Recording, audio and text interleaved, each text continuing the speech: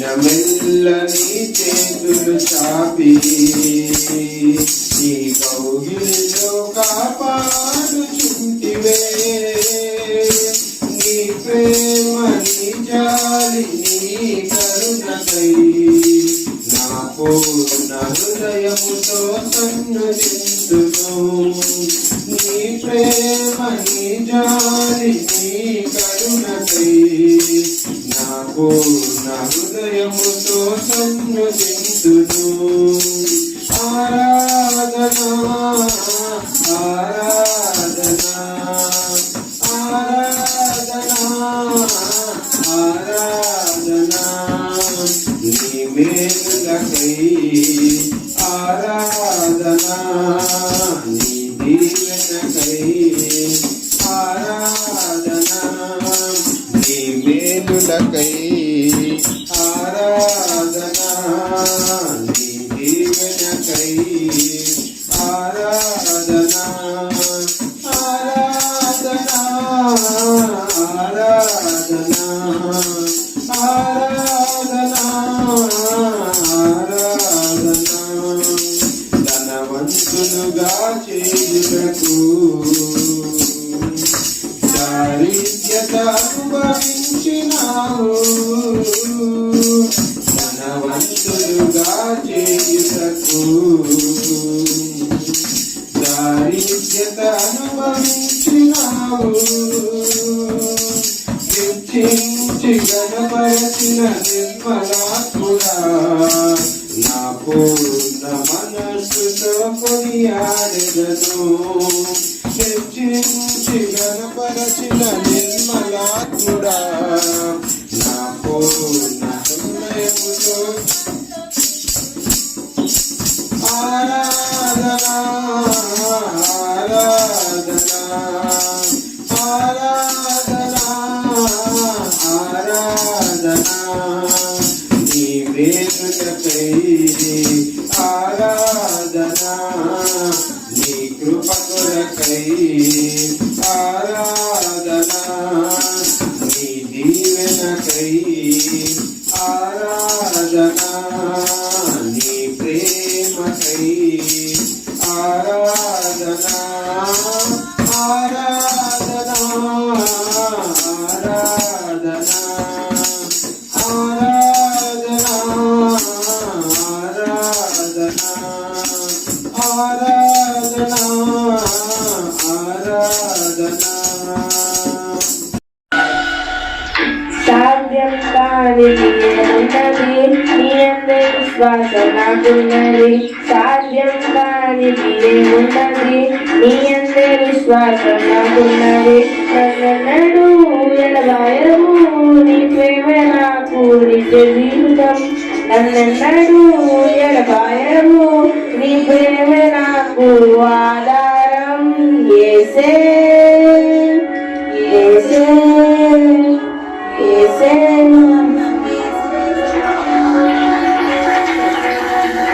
యేసే మార్గం యేసే సత్యం యేసే జీవం యేసే సర్వం యేసే మార్గం యేసే సత్యం యేసే జీవం యేసే సర్వం యేసే మార్గం యేసే సత్యం యేసే జీవం యేసే సర్వం యేసే మార్గం యేసే సత్యం యేసే జీవం యేసే సర్వం. ప్రభువా నిన్నే స్తుతిస్తాను నాకేమున్నా ప్రభువా నీకే అర్పిస్తాను. సర్వము పోయినా శరీరము కుళ్ళినా నాను వారే వెలివేసినా. సర్వము పోయినా శరీరము కుళ్ళినా నాను వారే వెలివేసినా. ఆప్తులంతా శత్రువులైనా ఆప్తులంతా శత్రువులైనా అంతము వరకు సగించిన ఆయోగులా నేనేమైనా ప్రభువా నిన్నే స్తుతిస్తాను నాకేమున్న ప్రభువా నీకే అర్పిస్తాను. నా మటుకైతే బ్రతుకుట క్రీస్తే, చావైనా నాకెంతో మేలే. నా మటుకైతే బ్రతుకుట క్రీస్తే, చావైనా నాకెంతో మేలే. ఇదిగో నేను ఉన్నానయ్యా, ఇదిగో నేను ఉన్నానయ్యా, దయతో నన్ను దయకొనుమయ్యా నా యేసయ్యా. నిన్నే స్తుతిస్తాను, నాకేమున్న ప్రభువా నీకే అర్పిస్తాను. నేనేమై ఉన్నానో నీ దయ వలనేనయ్యా, నేనేమై ఉన్నానో నీ దయ వలనేనయ్యా. నాకున్నవన్నీయు నీవిచ్చినవేనయ్యా, నాకున్నవన్నీయు నీవిచ్చినవేనయ్యా. నేనేమైనా ప్రభువా నిన్ను స్తుతిస్తాను, నాకేమున్న ప్రభువా నీకే అర్పిస్తాను. హల్లెలూయా.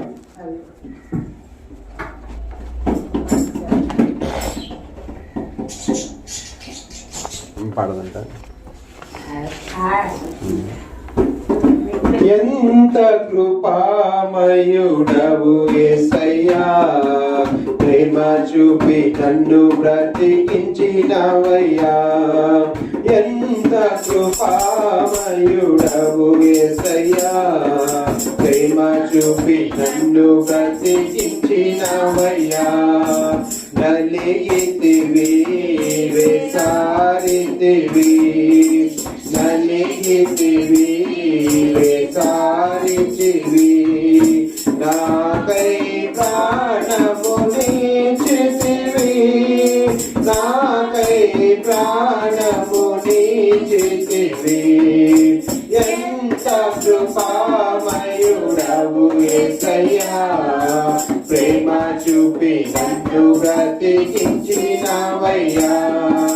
బండలాంటిది నాదు మొండి హృదయం, ఎండిపోయినా నాదు పాత జీవితం. బండలాంటిది నాదు మొండి హృదయం, ఎండిపోయినా నాదు పాత జీవితం. మార్చినవు నీ స్వాస్థ్యముగా, మార్చినవు నీ స్వాస్థ్యముగా, ఇచ్చినవు మెత్తని కొత్త జీవితం, ఇచ్చినవు మెత్తని కొత్త జీవితం. ఎంత కృపామయుడవు యేసయ్యా, ప్రేమ చూపి నన్ను బ్రతికించినవయ్యా. కన్న తల్లి తండ్రి నన్ను మరచినను, ఈ లోకము నన్ను వదిలివేసినా. కన్న తల్లి తండ్రి నన్ను మరచినను, ఈ లోకము నన్ను వదిలివేసినా. మరువలేదు నన్ను విడువలేదు, మరువలేదు నన్ను విడువలేదు. ప్రేమతో పిలచిన నాదుడవు, ప్రేమతో పిలచిన నాదుడవు. ఎంత కృపామయుడవు యేసయ్యా, ప్రేమ చూపి నన్ను బ్రతికించినవయ్యా. ఎంత కృపామయుడవు యేసయ్యా, ప్రేమ చూపి నన్ను బ్రతికించినవయ్యా.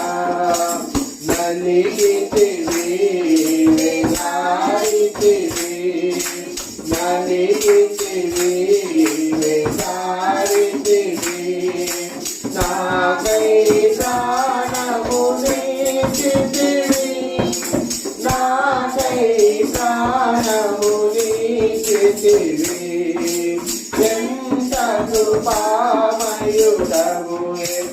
ఏసయ్యా ప్రేమ చూపి నన్ను బ్రతికించినవయ్యా. హల్లెలూయా. టిఫిన్కి వెళ్ళాడా ఆయన ఏసారి పైన ఇచ్చిల్లయ్యా అని.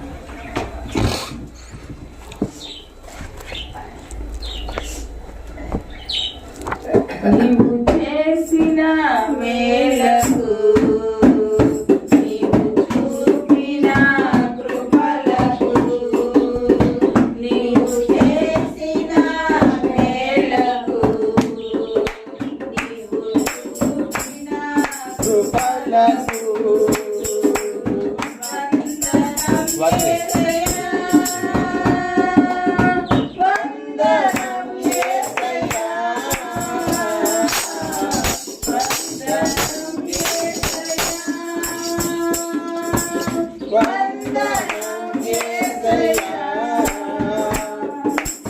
ఏ పాటి వారమని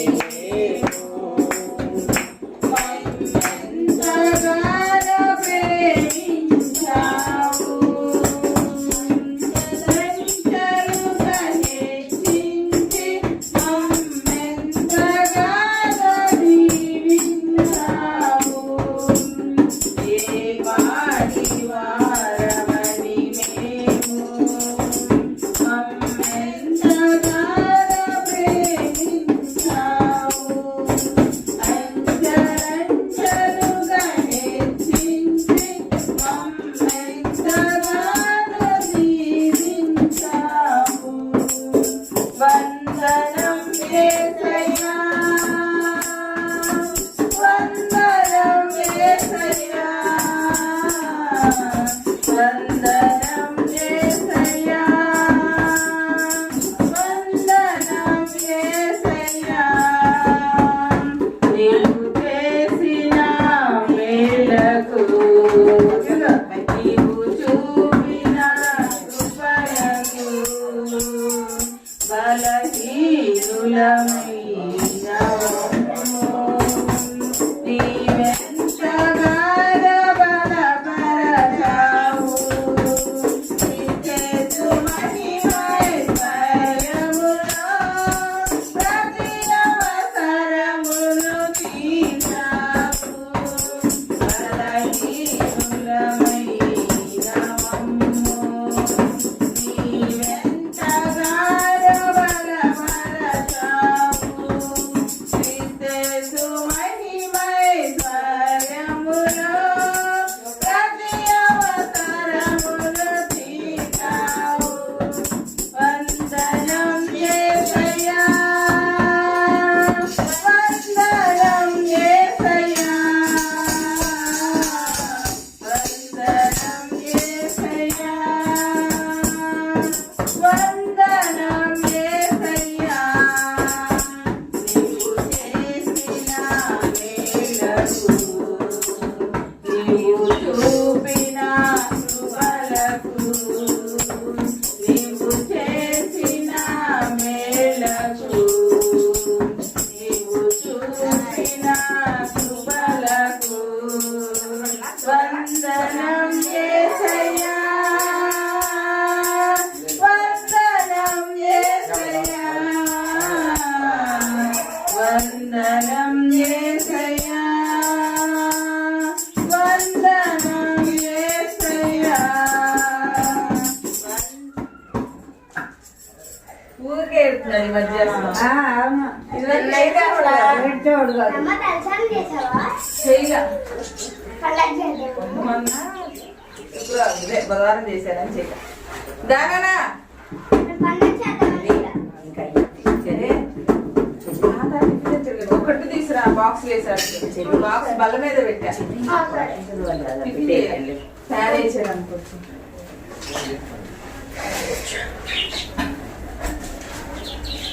అయిపోయిందా?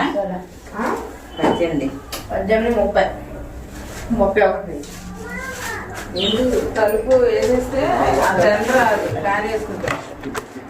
టేబుల్ ఫ్యాన్ ఒకటి తెచ్చుకున్నాం కావాలని. కీర్తనలు 18వ అధ్యాయం 31 నుంచి 40 దాకా చదువుకుందాం. ఏం చేయలే కూర్చోమన్నాడు అంతే. యెహోవా తప్ప దేవుడు ఎవడు? మన దేవుడు తప్ప ఆశ్రయ దుర్గమేది? నాకు బలము ధరింపజేయువాడు ఆయనే, నన్ను యథార్థ మార్గమున నడిపించువాడు ఆయనే. ఆయన నా కాలు జింక కాలు వలె చేయుచున్నాడు, ఎత్తైన స్థలముల మీద నన్ను నిలుపుచున్నాడు. నా చేతులకు సిద్ధము చేయువాడు ఆయనే, నా బాహువులు ఇత్తడి విల్లును ఎక్కుపెట్టెను. నీ రక్షణ కేడము నీవు నాకు అందించి ఉన్నావు. నీ కుడి చేయి నన్ను ఆదుకొనెను, నీ సాత్వికము నన్ను గొప్ప చేసెను. నా పాదములకు శోభాలపరిచితివి. నా రక్షణ వెనకబడలేదు. నా శత్రువులను తరిమి పట్టుకొనుదును, వారిని నశింపజేసి నా వారికి నేను తిరుగను.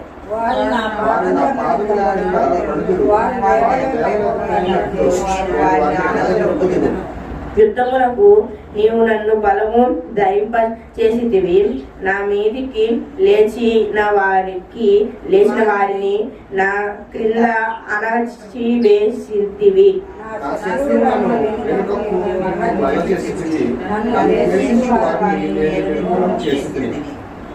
దేవుని కొద్ది వాక్యం మనం ఇందులో దీవించును గాక.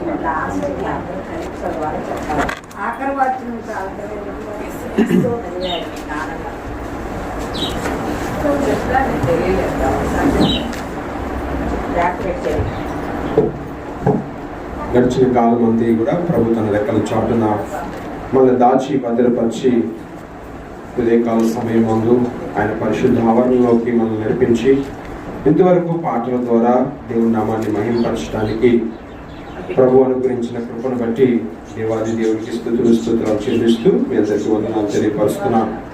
పరిశుద్ధ గ్రంథం నుండి అపోస్తలుడైన పౌలు గారు ఫిలోమేనుకు రాసిన పత్రిక, అపోస్తలుడైన పౌలు గారు ఫిలోమేనుకు రాసిన పత్రిక ఒకే అధ్యాయం ఉంటుంది. దాంట్లో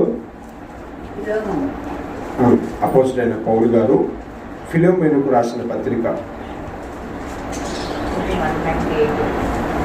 మొదటి నుంచి చదువుతాం.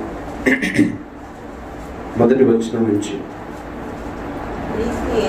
క్రీస్తు యేసు ఖైదీనైన పౌలును, సహోదరుడైన తిమోతియును, నా ప్రియుడును జత పనివాడునైన ఫిలోమేనుకును, మన సహోదరైన అపియాకును, తోడి యోధుడైన అర్కీపక్కునకును, నీ ఇంటానున్న సంగమునకును శుభమని చెప్పి రాయునది.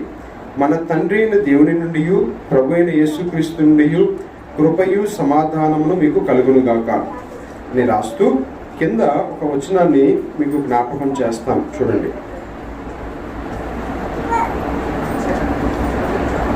8వ వచనం, మొదటి అధ్యాయం, అదే అధ్యాయంలో 8వ వచనంలో, కావున యుక్తమైన దానిని గూర్చి నీకు ఆజ్ఞాపించుటకు క్రీస్తునందు నాకు బహుధైర్యము కలిగి ఉన్నను, వృద్ధుడను, ఇప్పుడు క్రీస్తు యేసు ఖైదీనయ్యున్న పౌలను నేను ప్రేమను బట్టి వేడుకొనుట మరీ మంచిదనుకొని నా బంధకములలో నేను కనిన నా కుమారుడగు ఒనేసిము కోసము నిన్ను వేడుకొనుచున్నాను. ఫిలోమేను గారికి పత్రిక రాస్తూ ఒనేసిము అనే వ్యక్తి గురించి రాస్తున్నాడు ఈ మాటలు. మరి ఆ మాటలు ఏంటో మనం ధ్యానం చేసే ముందు ప్రభు యొక్క సహాయం కొరకు మనం చిన్న ప్రార్థన చేసుకుందాం. సర్వాధికారి జీవాధిపతి, మీ ఘనమైన నామానికి స్తుతులు నాయన, స్తోత్రాలు చెల్లిస్తున్నాం. ఇంతకాలము నాయన మీ కృప దాచి భద్రపరిచారు. ఈ సంవత్సరం అంతట్లో మీరు మాకు తోడై ఉన్నారు. ఇదిగో నాయన ఆఖరి నాయన పరిశుద్ధ దినము, ఆశీర్వాద దినము ఈ సంవత్సరంలో. ఇదిగో నాయన మీ యొక్క బలను మేము సమీపిస్తుండగా నాయన వాక్యం ద్వారా మమ్మల్ని పరిశుద్ధపరచండి. వాక్యంతో నాతో మాతో మాట్లాడండి. తీసుకొచ్చిన ప్రతి బిడ్డని దీవించి ఆశీర్వదించండి. ఇంకా రావాల్సిన బిడ్డల్ని నాయన త్వరపెట్టి నడిపించండి. నాయన ఈ వాక్య భాగం ద్వారా మాతో ఏం మాట్లాడాలనుకుంటున్నావో ప్రభువా అయ్యా మీరు మాట్లాడండి. మీ మెల్లనైన స్వరము మాకు వినిపింపచేయండి ప్రభువా. ఇదిగో నాయన సముద్ర జలముల ఘోష కంటే బలమైన నీ స్వరము నాయన మీకు స్తోత్రాలు చెల్లిస్తున్నాం. ఇదిగో నాయన నాయనా ఈ ఉదయకాల సమయమందు నాయనా మీ పాద సందుకు వచ్చి ఉన్నాం, మిమ్మల్ని ఆరాధన చేయాలని, మిమ్మల్ని స్తుతించాలని, మీ నామం హెచ్చించి గణపరచాలని ప్రభువా మీ పాద సందుకు వచ్చి ఉన్నాం. జ్ఞాపకం చేసుకోండి. ఈ వాక్య భాగం ద్వారా నాతో మాట్లాడండి. బలహీనుండి చేతకాని వాడిని నాయనా నా పక్షంగా మీరు నిలబడండి. నా నోటికి బోరగా ఉండండి. మీ శిలువ శక్తితో మీ పునరుద్ధరణ బలంతో నన్ను మమ్మల్ని నింపండి. మీ చేతికి అప్పు చెప్పుకుంటూ యేసయ్య నామమున ప్రార్థించి వేడుకొంచున్నాం తండ్రి, ఆమేన్. 8వ వచనంలో అపోస్తలుడైన పౌలు గారు ఫిలోమేనుకు రాసిన పత్రిక ఒక అధ్యాయమే ఉంటుంది. ఆ అధ్యాయంలో 8వ వచనంలో కావున యుక్తమైన దానిని గూర్చి నీకు ఆజ్ఞాపించుటకు క్రీస్తునందు నాకు బహు ధైర్యము కలిగి ఉన్నాను. ఇప్పుడు క్రీస్తు యేసు ఖైదీనై ఉన్న నన్ను పౌలను నేను ప్రేమను బట్టి వేడుకొనుగా మరి మంచిదనుకొని నా బంధకములలో నేను కనిన నా కుమారులను ఒనేసిము కోసరము నిన్ను వేడుకొనుచున్నాను. ఒనేసిము అనే వ్యక్తి కోసము నిన్ను వేడుకొనుచున్నాను. ప్రేమను బట్టి వేడుకొనుట మరి మంచిది. వాస్తవానికి పౌలు గారు ఎంతగా రాయాల్సిన అవసరం లేదని నేను అనుకుంటా. ఎందుకంటే పౌలు గారి ద్వారా వాక్యం నేర్చుకున్న వాళ్ళు చాలామంది ఉన్నారు. పౌలు గారి ద్వారా దేవుడి దగ్గరికి వచ్చిన వాళ్ళు చాలామంది ఉన్నారు. పౌలు గారు వాక్యం ప్రకటించినప్పుడు ఆ వాక్యం ద్వారా పట్టబడిన వారు చాలామంది ఉన్నారు. అయినా ఇక్కడ రాస్తూ ఏమన్నాడంటే యుక్తమైన దానిని గూర్చి నీకు ఆజ్ఞాపించుటకు క్రీస్తునందు నాకు బహుధైర్యము కలిగి ఉన్నను. ఏమంటున్నాడు? నేను ప్రేమను బట్టి వేడుకునటం మరి మంచిదనుకొని నా బంధకములలో నేను కనిన నా కుమారుడకు ఒనేసిము కోసం నిన్ను వేడుకొనుచున్నాను. ఎవరి ఒనేసిము? అతడు పేరు 3వ వచనం చూడండి. 3 అనేసి ఉంది. ఒనేసిము దగ్గర 3 అని ఉంది. కింద ఏం రాసింది? ఒనేసిము అను పేరు నాకు సహాయకరమైన వాడు. పౌలు గారికి సహాయకరంగా ఉన్నాడు. కానీ పౌలు గారి సువార్త ప్రకటన విషయంలో కానీ పౌలు గారికి సహాయకారిగా ఉన్న ఈ ఒనేసిమును గురించి ఫిలోమేను గారికి రాస్తూ ఏమన్నాడు చూడండి. అదే 11వ వచనం చూడండి. 11 అతడు మునుపు నీకు ఆగండి. ఒకప్పుడు ఒనేసిము జీవితం ఎలా ఉంది? ఉపయోగం లేనివాడు, నిష్ప్రయోజనం. మనం కూడా చాలాసార్లు అంటాం, ఎంత వయసు వచ్చింది ఏం ఉపయోగం రాని, నీ వల్ల ₹1 ఆదాయం ఉందా? నీ వల్ల ₹1 ఆదాయం ఉందా?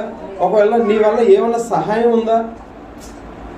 ఇంత వయసు వచ్చింది, నీ వల్ల ఉపయోగం లేదు, నిష్ప్రయోజనం. నిష్ప్రయోజనమైన వాడు. ఒకప్పుడు ఒనేసిము అనే వ్యక్తి నీకు నిష్ప్రయోజనం. ఫిలోమేను గారు చెప్తున్నాడు, నీకు నిష్ప్రయోజనము ఒకప్పుడు.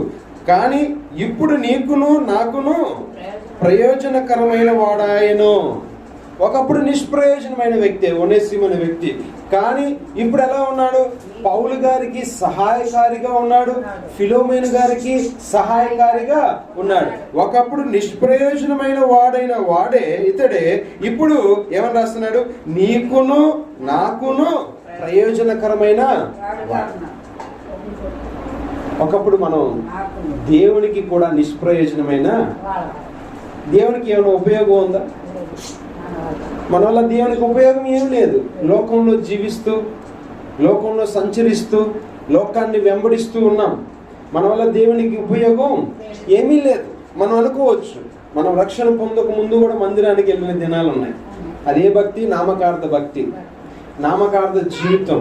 లోకంలో ఉంటూ, లోకంలో జీవిస్తూ, లోకాన్ని వెంబడిస్తూ, లోకానుసారంగా మనం బ్రతికినప్పుడు మందిరానికి వెళ్ళాం. కానీ అప్పుడు ఆ భక్తి దేవునికి నిష్ప్రయోజనం. నీ వల్ల ఉపయోగం లేదు. నువ్వు లోకంలో జీవిస్తూ దేవుని సన్నిధానానికి వచ్చి దేవునికి నువ్వు కృతజ్ఞతాస్తుతులు చెల్లించిన, దేవునికి నీ అర్పణ అర్పించిన, దేవునితో నీవు సహవాసం చేస్తున్నానని నీవు అనుకున్నా అది దేవునికి ఉపయోగం. నువ్వు అనుకుని ఉండొచ్చు, అబ్బా నేను మందిరానికి వెళ్ళిపోతున్నాను, నేను పాటలు పాడేస్తున్నాను, లేదా నేను ఇంకోటి ఏదో చేస్తున్నాను, సేవకుడికి సహాయంగా ఉన్నాను అని అనుకున్నావు. కానీ అది ఎలాంటిదట?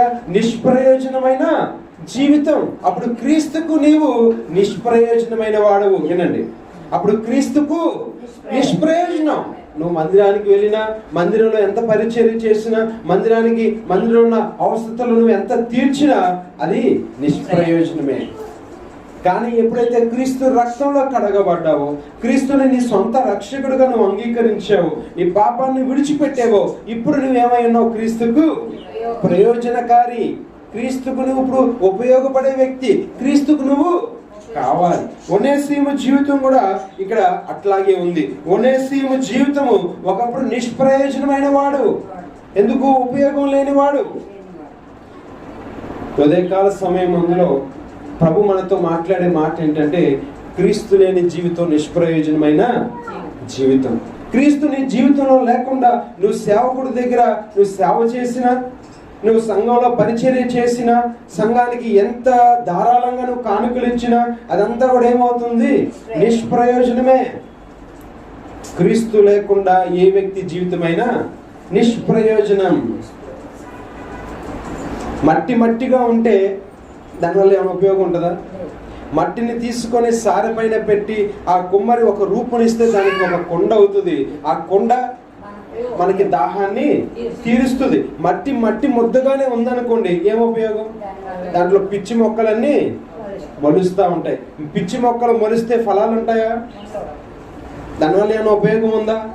ఆ ముద్దను తీసుకొని మరి అతడు ఏం చేస్తాడట, తన సారె పైన పెట్టుకొని దానికి ఒక రూపాన్ని ఇస్తాడు. ఇచ్చిన తర్వాత అది కొండ, ముంతో ఏదో ఒక పాత్రగా మార్చబడుతుంది. ఒకప్పుడు మనం కూడా దేవునికి ఎలాంటి వారం?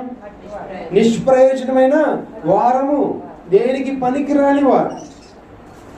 కానీ క్రీస్తు తన వెలలేని రక్తాన్ని నీ కొరకు నా కొరకు చిందించి, క్రీస్తు శిలువలో తన ప్రాణమును పెట్టి ఆ రక్తధారల్లో మన పాపాన్నంతా కడిగి నిష్ప్రయోజనమైన మనల్ని ఏం చేశాడట?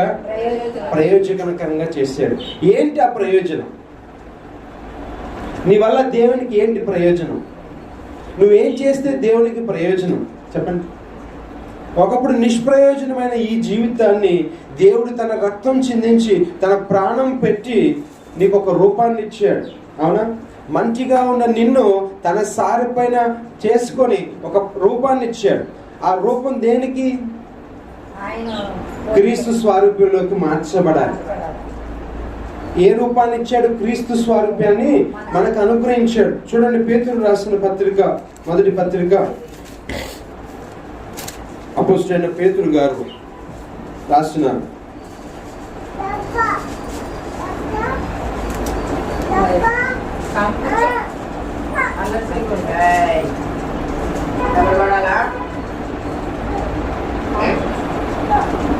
మొదటి అధ్యాయం 16వ వచనం చూడండి. కాగా మీరు విధేయులకు పిల్లలై మీ పూర్వపు అజ్ఞాన దశలో మీకుండిన ఆశలను అనుసరించి ప్రవర్తింపక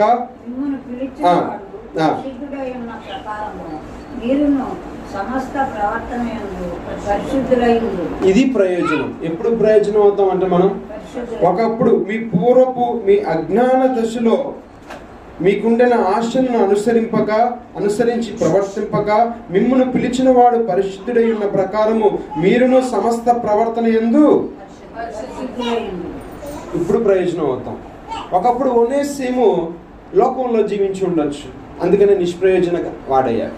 ఒకప్పుడు ఒనేసిము వల్ల ఏమి ఉపయోగము లేదు, ఎందుకంటే లోకాన్ని అనుసరించి లోకంలో సంచరించి లోకానుసారంగా జీవించాడు కాబట్టి సంఘానికి ఉపయోగం లేదు, దేవునికి అంతకన్నా ఉపయోగం లేదు. కానీ ఇప్పుడు ఆయన వెలలేని రక్తము తన ప్రాణము పెట్టడం ద్వారా ఆ రక్తము ద్వారా మనల్ని కడిగి పరిశుద్ధపరుచుకున్నాడు. ఇప్పుడు మనల్ని ఎందుకంటే ఇప్పుడు మనం ప్రయోజనమైన వారు. ఎలాగా ఎప్పుడు ప్రయోజనం అవుతాం అదే రాస్తున్నాడు చూడండి 16వ వచనంలో. మీరు విధేయులకు పిల్లలై మీ పూర్వపు అజ్ఞాన దశలో మీకుండిన ఆశలను అనుసరించి ప్రవర్తింపక ఎప్పుడు ఉపయోగపడతామంట? ఎప్పుడు ఉపయోగపడతాం?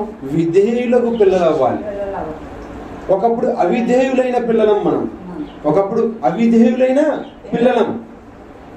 విధేయత చూపించాలి, దేవునికి లోబడాలి. రెండోది, మన పూర్వపు అజ్ఞాన దశలో ఇంతకు ముందు ఏ ఆశలు అనుసరించి నడిచామో ఏ లోకాన్ని అనుసరించి నడిచామో ఆ విధంగా నడవకుండా ఉండాలి. అప్పుడే దేవునికి మనం ఏమవుతాం? ప్రయోజకులం అవుతాం. అప్పుడే దేవునికి నీ వల్ల నా వల్ల ప్రయోజనము. ఒకప్పుడు నిష్ప్రయోజనమైన మన జీవితాన్ని తన రక్తాన్ని ఇచ్చి, తన వెలలేని రక్తాన్ని ఇచ్చి ఎందుకు నిన్ను నన్ను కడిగి పరిశుద్ధపరిచాడు, ఎందుకు ఇప్పుడు ప్రయోజకులుగా మనం చేశాడంటే మన ద్వారా దేవునికి ఏం చెల్లించబడాలి? మహిమ రావాలి, ఆయనకి ఆరాధన చేయాలి, ఆయనకి కృతజ్ఞతాస్తుతులు మనము చెల్లించాలి. ఏది ప్రయోజనం అంటే మనం ఆయనకి ఏమి చేయవసరంలా. మనల్ని ప్రయోజకులుగా, నిష్ప్రయోజకమైన మనల్ని ప్రయోజకులుగా దేనికి చేశాడంటే మన ద్వారా ఆయనకి ఏం కలగాలని. అప్పుడే మనం ప్రయోజకులం. మన ద్వారా ఆయనకి మహిమ కలగనంత వరకు, మన ద్వారా ఆయనకి మెప్పు కలగనంత వరకు, మన ద్వారా ఆయనకి స్తుతులు చెల్లింపబడనంత వరకు మన వల్ల ఆయనకి ఏముండదు? ఉపయోగము ఉండదు. క్రీస్తు లేని జీవితము నిష్ప్రయోజనం. క్రీస్తు లేని జీవితం నిష్ప్రయోజనం. అందుకే పౌలు గారు అంటున్నారు చూడండి, అక్కడ పౌలు గారు ఏం రాస్తున్నారు చూడండి. అదే ఫిలోమెను గారి పత్రికలో 11వ వచనం. అతడు మునుపు నీకు నిష్ప్రయోజనమైన వాడే కానీ ఇప్పుడు ప్రయోజకరమైన వాడు. నా ప్రాణము వంటి వాడనైనా అతనిని నీ యొద్దకు తిరిగి పంపినాను. ఒకప్పుడు ఏం ఉపయోగం లేదు. ఎందుకురా నువ్వు ఇంకా చాలా మాటలు చెప్తావు, నా నోటితో నేను చెప్పలేండి. మనం ఏం మాట్లాడతాం? ఎందుకురా ఈడున్నా ఒకటే. ఉపయోగం లేని జీవితాలు అవి. కానీ ఇప్పుడు ఒనేసిము పౌలు గారికి ఎలా అయిపోయాడట? ప్రాణము వంటి వాడైపోయాడు. ఒకప్పుడు వీడు ఎందుకు పనికిరాని వాడు, వీడి వల్ల ఉపయోగం లేదు, ఉన్నా ఒకటే లేకపోయినా ఒకటే, నిష్ప్రయోజనమైన ఒనేసిము ఇప్పుడు పౌలు గారికి ఎలాంటి వాడైపోయాడట? నా ప్రాణము వంటి వాడైన అతనిని. ఒనేసిము ఎలా అయిపోయాడు? ఇప్పుడు ప్రాణం వంటి వాడైపోయాడు. ఎలా చేయబడింది ఇది? క్రీస్తు రక్తము ఆ పాపాన్నంతా కడిగింది. క్రీస్తు ప్రాణము తనని మార్చింది. నిష్ప్రయోజనమైన జీవితంలో నుంచి ప్రయోజనకరమైన జీవితంలోకి మార్చింది. ఒకప్పుడు ప్రయోజనం లేనివాడు ఇప్పుడు ఎలా అయిపోయాడంట? పౌలుకి సహాయకారిగా ఉన్నాడు. ఒనేసిము అనే మాటకు సహాయకారి. పౌలు గారి పరిచర్యలో ఎంతో ఉపయోగపడిన వాడు. ఇంకొక మాట కూడా రాస్తున్నాడు చూడండి, 13వ వచనం. నేను సువార్త కొరకు బంధకంలో ఉండగా నీకు ప్రతిగా అతడు నాకు పరిచారం చేయు నిమిత్తము నా యొక్క ఉంచుకున్న వదలని అతన్ని నుంచుకోవాలని ఇంటిని గాని నీ ఉపకారము బలవంతము చేసినప్పుడు కాక స్వేచ్ఛాపూర్వకమైనదిగా నీ సమ్మతి లేక ఏమీ చేయుటకు నాకు ఇష్టం లేదు. అతడి ఇక మీదట దాసుడుగా ఉండక దాసుని కంటే ఎక్కువ అడుగాను. ఆగండి, ఏమైపోయాడు ఇప్పుడు? దాసుని కంటే ఇక దాసుడు కాదు అతడు, దాసుని కంటే ఎక్కువ. చాలా మంది సేవకులు వాళ్ళ కింద సేవకుల్ని దాసులుగానే చూస్తారు. కానీ పౌలు గారికి అతడు ఎలాంటి వాడైపోయాడట? ఒకప్పుడు అతనిని నీ స్థానంలో అతనిని నా కొరకు పరిచర్య కొరకు ఉపయోగించుకోవాలనుకున్నాను, నాకు సహాయకారిగా ఉంచాలనుకున్నాను. కానీ ఇప్పుడు అలాంటి జీవితంలో నుంచి ఒనేసిము పౌలు గారికి ఎంత దగ్గర అయిపోయాడట? ప్రాణము వంటి వాడిగా అయిపోయాడు.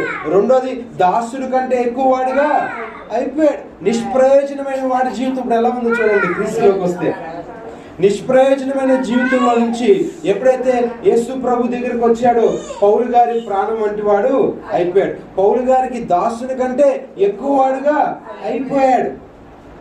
చాలా మంది సేవకులు వారి కింద సేవకులను ఎలా చేస్తారంటే, ఓ పనవాడు, అలా బరువులు మోసేవాడు, వాళ్ళ ఇళ్లలో పని చేసేవారు, ఇలా చూస్తారు, పనివాడిగానే చూస్తారు. కానీ పౌలు గారు చూడండి ఏం చేస్తున్నాడు?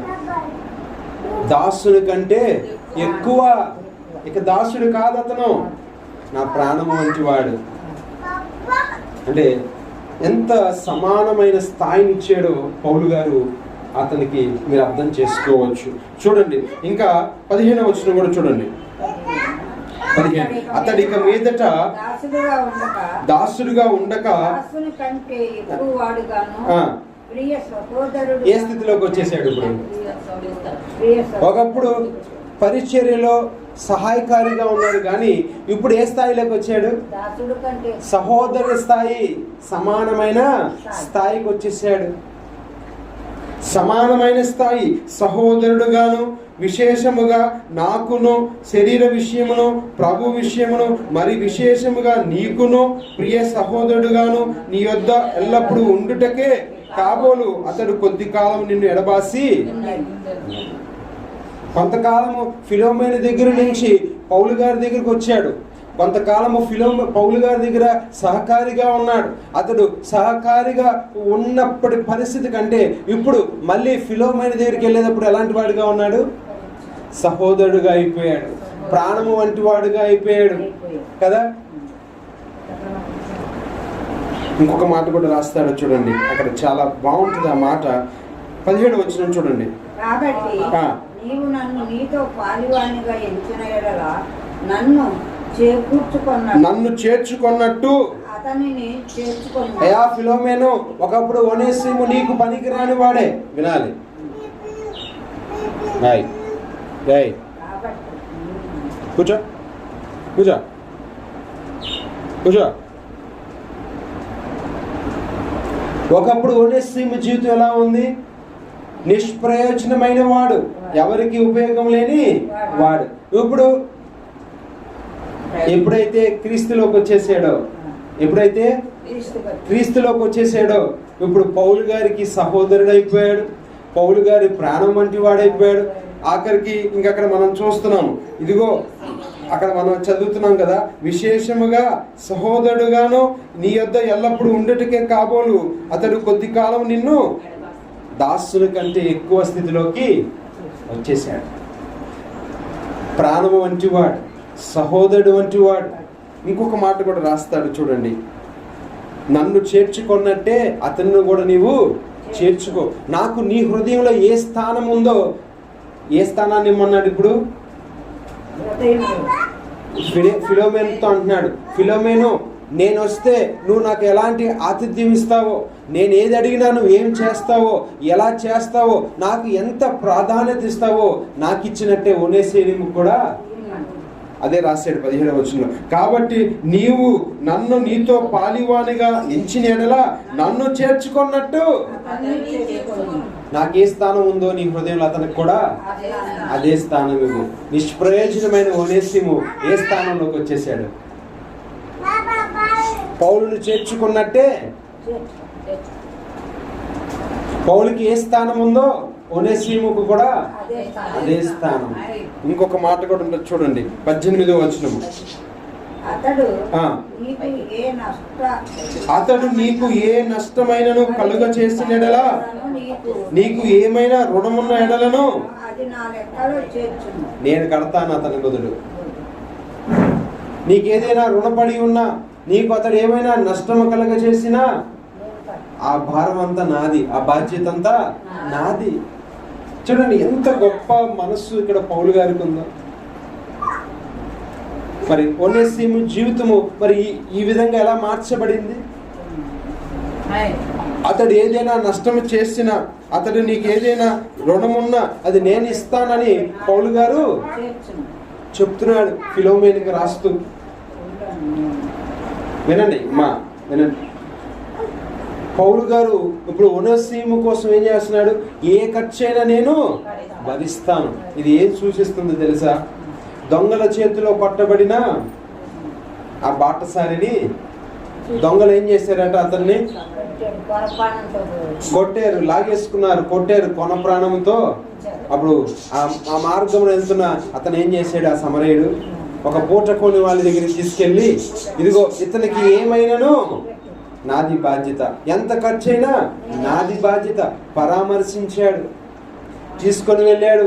అతనికి ఏ ఖర్చైనా సరే నేను భరిస్తాను. మరి ఆ సమరయుడు మార్గంలో వెళ్తున్నాడు. అతనెవరో ఇతనెవరో? నిష్ప్రయోజనమైన మన జీవితాలని కూడా దేవుడు ఏం చేశాడంట? తన వెలలేని రక్తాన్ని మన కొరకు చిందించాడు. ఇక్కడ పౌలు గారు అంటున్నాడు, అతడు వల్ల నీకు ఏదైనా నష్టం జరిగినా, అతడు ఏదైనా నీకు రుణముగా ఉన్నా అది నాది, నా ఖర్చు పెడతా. ప్రభువు కూడా తన రక్తాన్ని ఇచ్చాడు. ఒనేసిము నిమిత్తమై పౌలు గారు ఏం చెప్తున్నారో అదే ప్రభు వారు మన జీవితాల్లో చేశాడు. మనల్ని నిష్ప్రయోజకులుగా ఉన్న మనల్ని ప్రయోజకులకి, దేవునికి ప్రయోజనకరంగా చేయడం కోసం ఆయన వెలలేని రక్తాన్ని ఏం చేశాడట? చిందించాడు. ఆయన సమస్తాన్ని ధారపోసాడు. నీతిమంతుని కొరకు ఎవడైనా ఒకడు చనిపోవటకు తెగింపవచ్చును గాని పాపి కొరకు చనిపోవటానికి ఎవరు తెగిస్తారు? ఎవరైనా తెగిస్తారా? ఎవరైనా నీతిమంతుడు ఉన్నాడు అనుకోండి, అరే ఇది మంచోడురా, వీడికి కష్టం వచ్చిందిరా, పాపం నష్టపోయాడురా వ్యాపారంలో, అరే ఇది మంచోడురా, వీడికి ఏదైనా సహాయం చేద్దాం, మళ్ళీ ఈయన కొంచెం గట్టెక్కిద్దాం అనుకుంటాం. అవునా? నీతిమంతుడు ఆడు మంచోడు అయితే. అదే అన్యాయస్తుడే అనుకో, ఏమంటాం?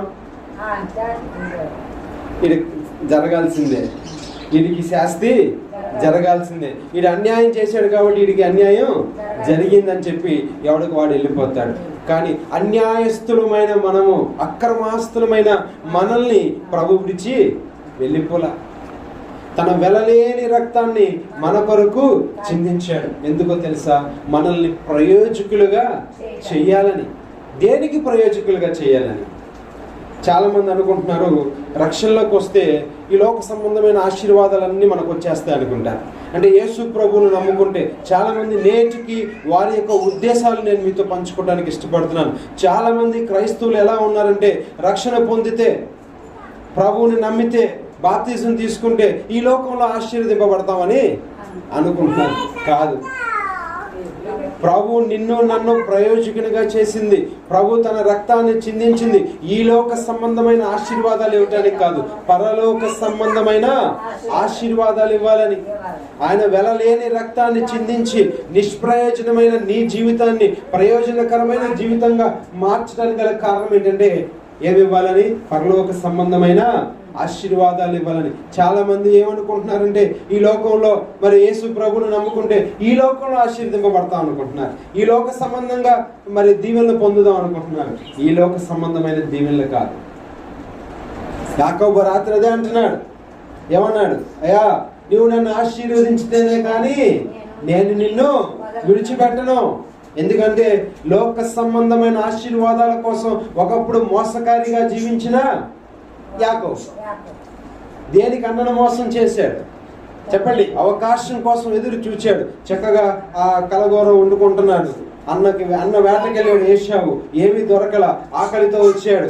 ఆ ఎర్రగా కూర కనబడింది. ఏమన్నాడు? తమ్ముడు ఆకలేస్తుందిరా, అన్నం పెట్టమన్నాడు. అప్పుడు అవకాశాన్ని చూశాడు యాకోబు. అవకాశాన్ని చూశాడు. ఆశీర్వాదం పొందగోరి ఏమన్నాడు?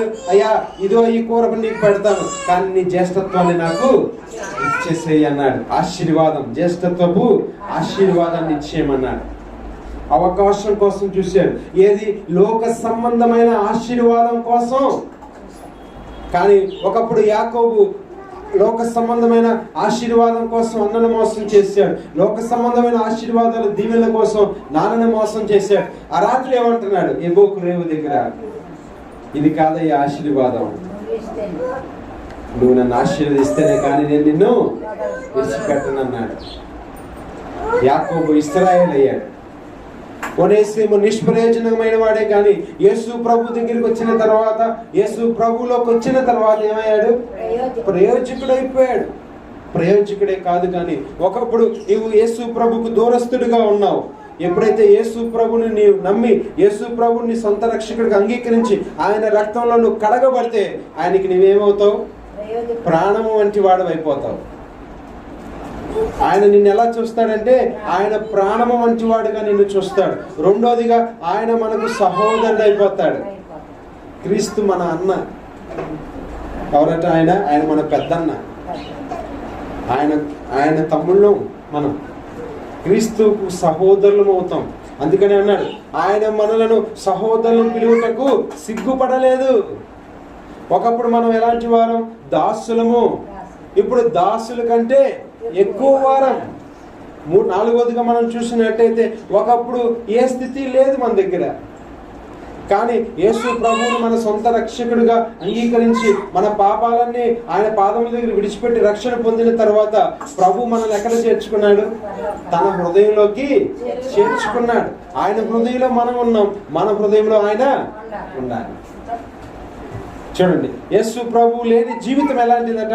నిష్ప్రయోజనమైన జీవితం. కానీ యేసు ప్రభు మనలో ఉంటే, యేసు ప్రభుతో మనం ఉంటే మనం ఎలా ఉంటాం?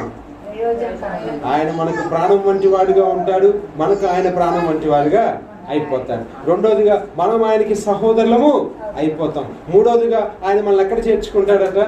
తన హృదయంలో చేర్చుకుంటాడు. నాలుగోదిగా చూసినట్టయితే ఆయన గనక నీవు నీ సొంత రక్షకుడిగా అంగీకరిస్తే ఆయన నీ కోసం ఏదైనా చెల్లించడానికి ఇష్టపడుతున్నాడు. పౌలు గారు అంటున్నారు, నీకు ఒనేసీము వల్ల ఏమైనా నష్టము కలిగినా, ఒనేసీము వల్ల ఏదైనా రుణమున్నా అది నా ఖాతాలో రాయి, నేను కడతాను. ఒకప్పుడు మరి ఒనేసీము నిష్ప్రయోజనంగానే ఉన్నాడు అనుకోండి, పౌలు గారు ఈ మాట అనగలుగుతారా? పౌలు గారు అతని భారాన్ని తీసుకుంటాడా? ఎప్పుడైతే ఒనేసీము జీవితం మారిందో, ఒకప్పుడు నిష్ప్రయోజనమైన వాడే, కానీ ఎప్పుడైతే ప్రభువులోకి వచ్చాడో ఒనేసీము జీవితం ఏమైపోయింది? ప్రయోజనకారి.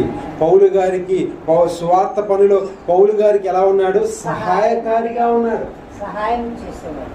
ప్రభు నిన్ను నన్ను రక్షించుకుంది కూడా అదే. ఒకప్పుడు నిష్ప్రయోజనమైనది, మీరు బాగా అర్థం చేసుకోండి. ఒకప్పుడు మంటి పరిస్థితి మంది, ఒకప్పుడు మంటి పరిస్థితి. చూడండి, మన్ను కనుక చూస్తే దానిలో పిచ్చి మొక్కలన్నీ ఏమైపోతూ ఉంటాయి? మొలుస్తూ ఉంటాయి. ఆ మంటి వల్ల ఏమైనా ఉపయోగం ఉంటుందా? తోటమాలికి పిచ్చి మొక్కలన్నీ మొలుస్తున్నాయి అనుకోండి, ఏమైనా ఉపయోగం ఉంటుందా? ఏమీ ఉండదు. అదే ఆ మంటిని తీసుకొని చక్కగా తవ్వి రాళ్ళన్నీ ఏరి మంచి ఎరివేసి మొక్కకు పెట్టి మరి మంచి పువ్వులు పూస్తే అది సారవంతమైన నేల అని పిలువబడుతుంది. ఆ మట్టి ఎలాంటిదట? సారవంతమైనది. ఒకప్పుడు సారము లేని పిచ్చి మొక్కలు మొలిసిన మంచి వంటి వారు, ఒకప్పుడు ఉపయోగం లేని మంచి వంటి వారు. ఇప్పుడు ఏమైపోయింది? ప్రభు దగ్గరికి వచ్చిన తర్వాత ప్రయోజనకరం సారవంతమైన మట్టిగా మార్చబడ్డాం.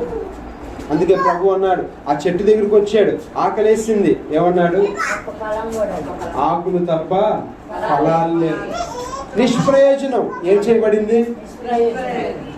ఆ చెట్టును చూసి ఏం చేశాడు? సరే బయట తీసుకు, బయట ఆడచ్చు, బయట ఆడచ్చు, చాలు బయట ఆడ. ఆ చెట్టును చూసి అన్నాడు, ఇది నిష్ప్రయోజనమైనదని శపించాడు, కొట్టేమన్నాడు, అంతే. ఏమి ఉపయోగం లేని చెట్టు వంటి మన జీవితాలు, నిష్ప్రయోజనమైన. ఒక మాట ఉంది, కారు ద్రాక్షాలు కాసే చెట్టు వంటి వారు. ఒకప్పుడు కారు ద్రాక్షాలు అంటే చేదైన ఫలాలు, నిష్ప్రయోజనం. ఎప్పుడైతే ప్రభు తన రక్తాన్ని మన కొరకు చిందించాడు, ఆ రక్తంలో మనం కడగబడ్డామో, ఇప్పుడు ప్రభులోకి వచ్చిన మనం ఏమయ్యాం? ప్రయోజనం అయ్యాం, మంచి ఫలాలు మనలో ఫలించాలి. నిష్ప్రయోజనమైన నీ జీవితాన్ని తన రక్తము ద్వారా, శిలువలో తన ప్రాణం పెట్టడం ద్వారా నువ్వేమై ఉన్నావు? ప్రయోజనకారివయ్యావు. ప్రయోజనకారిగా ఉన్న నీ వల్ల ప్రభుకి ఏం కలగాలి? మహిమ కలగాలి, ఆయన ఆరాధన చేయాలి. ఒకే ఒక మాట చెప్పి నేను ముగిస్తాను. నిష్ప్రయోజనమైన నీ జీవితం ప్రయోజనకరంగా ఎందుకు మార్చబడిందో తెలుసా? ఆయనకి సహకారిగా. దేవుడి పనిలో మనం ఎలా ఉండాలి? సహకారిగా ఉండాలి. ఆయన సువార్త ప్రకటన విషయంలో మనము కూడా సువార్తను ఏం చేయాలి? ప్రకటించాలి. అందుకనే ఏమన్నాడు?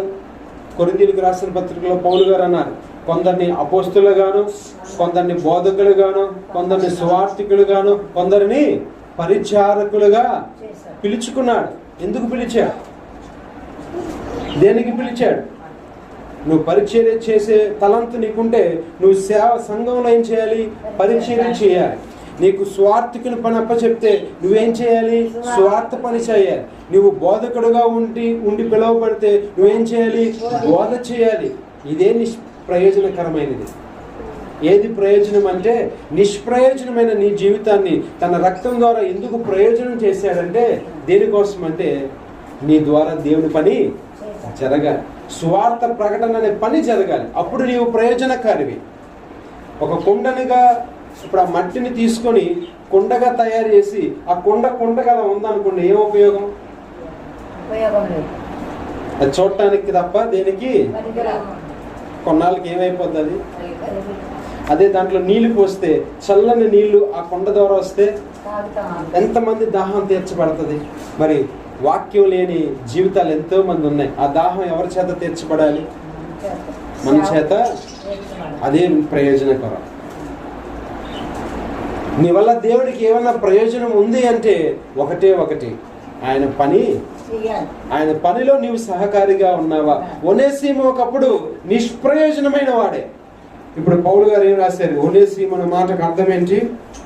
సహాయకారి. ప్రభు పనిలో సహాయంగా ఉన్నాడు పౌలుకి. అక్కడ పౌలు గారు రాస్తున్నారు చూడండి 13వ వచనంలో, నేను సువార్త కొరకు బంధకములలో ఉండగా నీకు ప్రతిగా అతడు నాకు పరిచారము చేయు నిమిత్తము నా యొద్ద అతనిని ఉంచుకొనవలెనని ఉంటిని. అతన్ని ఎక్కువ కాలం నా దగ్గర ఉంచుకోవాలనుకున్నాను పరిచర్య నిమిత్తము, కానీ నీ సమ్మతి లేకుండా నేను ఆ పని చేయడానికి ఇష్టపడలేదు. నీ సమ్మతి కోరుకున్నాను. మనం సువార్త పనిలో మనం దేవునికి ఎలా ఉండాలి? సహాయకారులుగా ఉండాలి. అందుకే అన్నాడు సమస్త సృష్టికి వెళ్ళి ఏం చేయమన్నాడు? సువార్త ప్రకటన చేయాలి. ఆ భారం మన మీద మోపబడి ఉంది. ఎందుకంటే కాలం గతించిపోతుంది, ప్రభు రాకడ సమీపంగా ఉంది. ఇంకా రక్షణ లేని వారు చాలా మంది ఉండిపోయారు. మనం దేవుని పనిలో సహాయకారులుగా ఉండాలి. దేవుడు నిన్ను నన్ను నిష్ప్రయోజకులుగా ఉన్న మనల్ని ఆయన ఎందుకు ప్రయోజకులుగా చేశాడంటే ఆయన పనిలో మనం సహాయకారులుగా ఉండాలి. ఆయన పనికి సహాయపడే వారంగా మనము ఉండాలి. అందుకనే ఆయన వెలలేని రక్తాన్ని నీ కొరకు నా కొరకు చిందించాడు. నీవు నేను ఎందుకు రక్షింపబడ్డాం? ఇంకా లోకంలో చాలా మందికి ఏం లేదు. ఇంకా ఒక మాట అడిగాడు శిష్యులు, అయ్యా నువ్వు మాకు మాత్రమే ఎందుకు కనపరుచుకున్నావు? ఆ శిష్యులు అందరూ ఉన్నారు, అక్కడ గొప్ప జనసమూహం ఉంది. ఈయన ఆ ప్రవక్త, ఈయన ఈ ప్రవక్త, ఈయన ఈ ప్రవక్త అని అనుకుంటున్నారు. అప్పుడు శిష్యుల్ని దేవుడు అడిగాడు, వాళ్ళందరూ నన్ను ఎవరో అనుకుంటున్నారు కదా, అసలు మీరైతే నన్ను ఏమనుకుంటున్నారు అన్నాడు. అప్పుడు పేతురు గారు ఏం చెప్పాడు? నీవు దేవుని కుమారుడవు, నీవు పరిశుద్ధుడవు, నీవు దేవుని కుమారుడు అన్నాడు. ఆ 12 మందికే ఎందుకు దేవుడు కనపరుచుకున్నాడు? మిగతా వారి కనులు ఎందుకు మూయబడ్డాయి? లోకంలో చాలా మంది గనులు ఉన్నారు, జ్ఞానులు ఉన్నారు, ఐశ్వర్యవంతులు ఉన్నారు, మనకంటే గొప్పవారు ఉన్నారు. వారందరినీ కాదని దేవుడు నిన్నే ఎందుకు రక్షించుకున్నాడు? దేవుడు నన్నెందుకు రక్షించుకున్నాడు? దేవుడు నీతో ఎందుకు మాట్లాడాడు? నాతో ఎందుకు మాట్లాడాడు? నీ కోసం నా కోసం మరి తన ప్రాణాన్ని పెట్టాడు. నీకే ఎందుకు ఆ రక్షణ ఇచ్చాడు? ఒకసారి ఆలోచించి. అంటే మిగతా వారు పనికిరాని వారేనా? నిన్ను నన్ను తన రక్షణలోనికి ఎందుకు నడిపించాడంటే ఆయన పనిలో మనం ఎలా ఉండాలని? సహకారులుగా ఉండాలి అని. నశించిపోయే ఆత్మలు మన ద్వారా ఏం చేయబడాలి? రక్షణ పొందాలి. అందుకే నిన్ను నన్ను ప్రయోజనకారిగా ఎందుకు చేసుకున్నాడంటే ఆయన పని మనం చేయాలి, ఆయన పనిలో సహకారులుగా ఉండాలి. ఇక్కడ ఓనేసిము జీవితాన్ని మనం చూస్తున్నాం. పౌలు గారు అంటున్నారు, అతడి వల్ల ఏ నష్టం అయితే అయిందో, ఏమన్నా అయితే నేను ఇస్తాను నీకు. ప్రభు కూడా ఆ నష్టాన్ని ఎవరు భరించారు? మన పాపముల నిమిత్తమే, మన అతిక్రమముల నిమిత్తమే మనం చెల్లించాల్సిన ఆక్రయధనాన్ని ఆయన చెల్లించాడు. ఆయన మనల్ని విడిపించుకున్నాడు. ఆయనకి మనం కృతజ్ఞతాస్తుతులు చెల్లిద్దాం, ఆరాధన చేద్దాం. అయ్యా ఒకప్పుడు నిష్ప్రయోజనమైన జీవితం నాది, దేనికి పనికిరాని జీవితం ఈరోజు ప్రయోజనకరమైన జీవితంగా నన్ను మార్చేవు ప్రభు. ఈరోజు నీకు నేను ప్రయోజనకరంగా ఉన్నాననేది ఎంత సంతోషకరమైన వార్త. చూడండి, ఆ మట్టిని చూస్తే అంత అందం అనిపించదు. మట్టి కుండగా మలిస్తే, మట్టి ఒక తోట కుండగా అంటే చెట్లు పెట్టుకునే కుండగా పాట్గా మారిస్తే ఎంత అందంగా ఉంటుంది. దానివల్ల ఎంత ఉపయోగం ఉంటుంది? చాలా ఒక కుండలో నీళ్లు పోస్తే చల్లని నీళ్ళు వస్తాయి, దానివల్ల దాహం తీరుతుంది. ఒక మట్టి ముద్దను తీసుకొని మరి ఆ యొక్క తొట్టిగా చేస్తే దానిలో ఒక చెట్టు పెడితే దాని నుంచి వచ్చే ఫలాలు చూస్తే ఎంత అందంగా ఉంటుంది. మరి మట్టిగా ఉన్న నిన్ను దేవుడు ఏ విధంగా మలిచాడు? మళ్ళీ నీ వల్ల ఏమైనా ఫలాలు ఉన్నాయా? నీ వల్ల ఎవరికైనా దాహం తీర్చబడుతుందా? నీ వల్ల ఎవరికైనా ఫలాలు కనబడుతున్నాయా? నీ ఫలాలు ఎవరికైనా అందించబడుతున్నాయా? నీ ద్వారా వచ్చిన ఫలాలు ఇంకొకరు రుచి చూస్తున్నారా? మరి నిష్ప్రయోజనమా ప్రయోజనమా? ఇప్పుడు మనం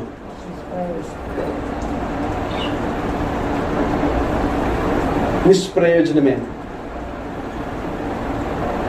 నిష్ప్రయోజనమే. పరిశీలన చేసుకుందాం మన హృదయాలను. ఇంకా ప్రభువుకి మనం నిష్ప్రయోజకులుగానే ఉండిపోతున్నాం. ఒనేసిము అయితే సహకారిగా ఉన్నాడు, పౌలుకి ప్రాణంగా ఉన్నాడు, పౌలుకి సహోదరుడుగా ఉన్నాడు. దాసుని కంటే ఎక్కువ వాడును, సహోదరుడుగాను. నువ్వు నన్ను ఎలా చేర్చుకుంటావో ఒనేసిమును కూడా అట్లాగే చేర్చుకో. ఆ స్థానం ఇచ్చాడు. మరి మనం దేవుని పని మనం ఎంత చేస్తే దేవునికి మనం అంత ప్రాణప్రియులము అయిపోతాం. షడ్రకు మెషకు దానియేలు కోసం ఆయనే ఎక్కడికి వచ్చేసాడు చెప్పండి? తన ప్రియుల కోసం ఆయన ఎక్కడికి వచ్చాడు? సింహాల బోన్లోకి వచ్చాడు, అగ్నిగుండంలోకి వచ్చాడు. ఎందుకంటే వారి ద్వారా అక్కడ దేవుని పని జరుగుతుంది. తన ప్రియుల కోసం ఆయన అగ్నిగుండంలో కూడా వచ్చి నుంచున్నాడు. అంటే వారు ఎంత ప్రియులో దేవునికి అర్థం చేసుకోండి. షడ్రకు మెషకు అబేద్నెగోలు ఎంత ప్రియులైతే వారి కోసము ఆయన ఎక్కడికి వచ్చాడు? అగ్నిగుండంలోకి వచ్చి నుంచున్నాడు. దానియేలు ఎంత ప్రియుడైతే వచ్చి సింహాల బోన్లో దానియేలు కోసం వచ్చి నుంచున్నాడు. మరి నువ్వు ఎంత ప్రియుడివి, నేనెంత ప్రియుడిని?